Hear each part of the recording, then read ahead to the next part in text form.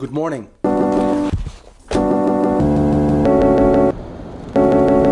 Ready for security this morning. The queue is not that long, so we're quite lucky.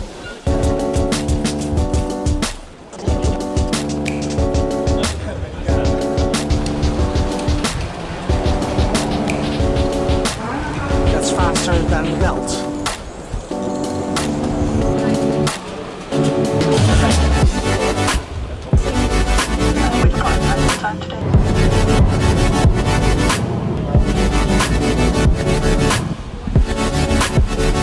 Dankjewel, tot ziens hè. Dag. Dankjewel. So welcome to Prague.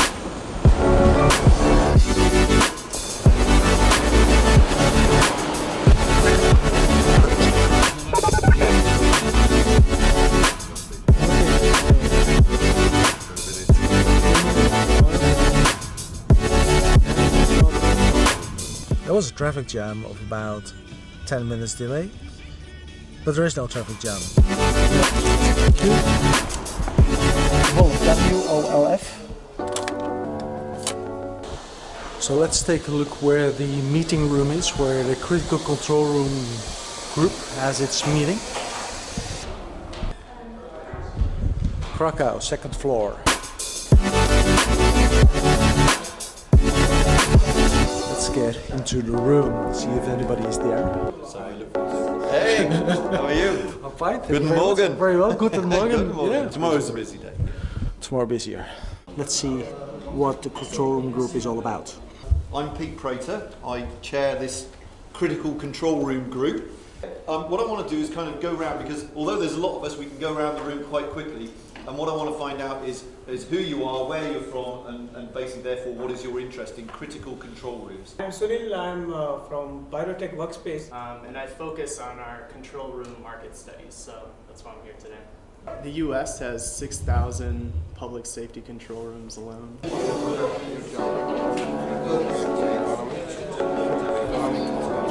Control room, we built them in the middle of a change. And the change for us was going to be before the LHC and after the LHC. It's really interesting to hear and to see what's going on in this session at the Critical Control Rooms event here in the Vienna Diplomat in Prague. It's a very small event, but the quality of the event is pretty high. There's a nice group of people with a lot of experience coming together, talking about their challenges and how to overcome those challenges. Challenges that people are discussing are real challenges. How do you really organize your control room for a project that is not really yet set? How do you manage the data? There's so much new data coming in. Remote control room, that's another challenge. Managing different control rooms from one location. This is happening right now. How do you understand the local situation? Have you been there? Have you not been there? And how to manage that and how to understand the real problems that are going on. For all these challenges, here at the Critical Control Rooms event in Prague, they're looking for the answers.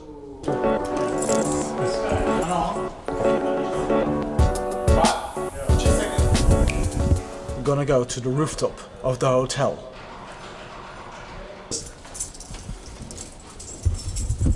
So how high is the rooftop of the hotel? It's the 7th floor, 9th floor?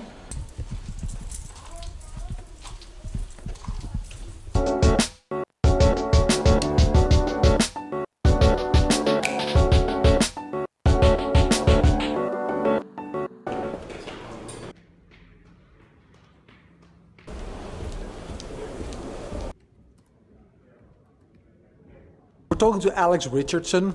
He is from IHS Markit, and IHS Markit is an organization that, Alex, what does it do? We're a large research, analysis, and consultancy firm, mainly doing industry research. We focus on a number of different industries, ranging from oil and gas to technology, which is the division that I work within. My team specifically focuses on critical communications technologies.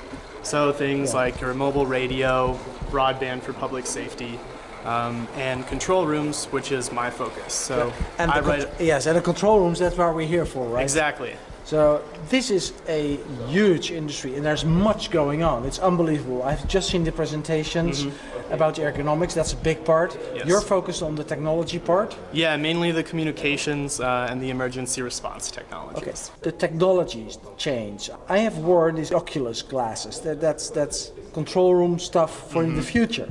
Right. So you can manage a control room situation with blink of your eyes and with nodding or whatever. Is that just the beginning, or is that? I think right now it's the beginning, but we've really seen a convergence in control room functions. So not only are you using a control room to dispatch resources and do your radio communications, but you're also bringing in security concepts, video. There are a lot of different technologies being integrated within control rooms. So IoT is another big topic, big data. What do you do with all of this data that you're collecting, and how do you gain intelligence out of it? One of the people here at the event was having this question about big data. How we're going to manage that? Serious question. Yeah, well, so records management and logging software, it's becoming increasingly more important. Again, how do you drive intelligence out of it? And this is really what we're seeing in the market. Suppliers and end users both are asking, well, what are we going to do with this? How do we optimize our systems? How do we improve going forward? Every time you think a market is not growing anymore, you're completely wrong. Also within this industry, control room market still growing. Yeah. Specific places? Yeah, definitely growing. Globally, last year we estimated the market was about 5.4 billion US dollars, and it's going to be increasing to about 7.5 billion by 2020. So still, and is that major part is public safety? Is it 70% or so? Yeah, about 76% is public safety, and then transport and utilities also make up a notable part. And then that growth is in technology, I understand. Yes, so this is mainly technology. We also analyze the market for services, but when we talk about the technologies, again, it's the major communications and emergency response technologies, so things like computer-aided dispatch, radio dispatch, and then some of the adjacent technologies like logging software or RMS.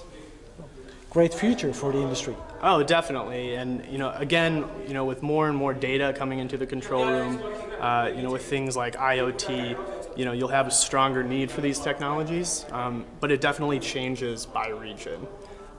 So you have markets like Latin America, Asia Pacific. They're a little bit smaller, but they're growing quickly just because of the strong need for emergency response infrastructure.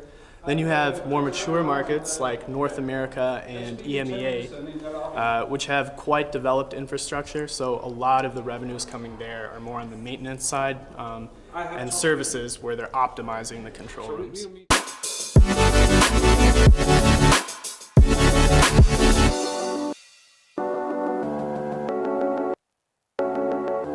It's Christmas time in Prague. Now Christmas time means food, nice people, Santa Claus, and the Critical Control Room Congress. If you think about Christmas time, you probably think about this.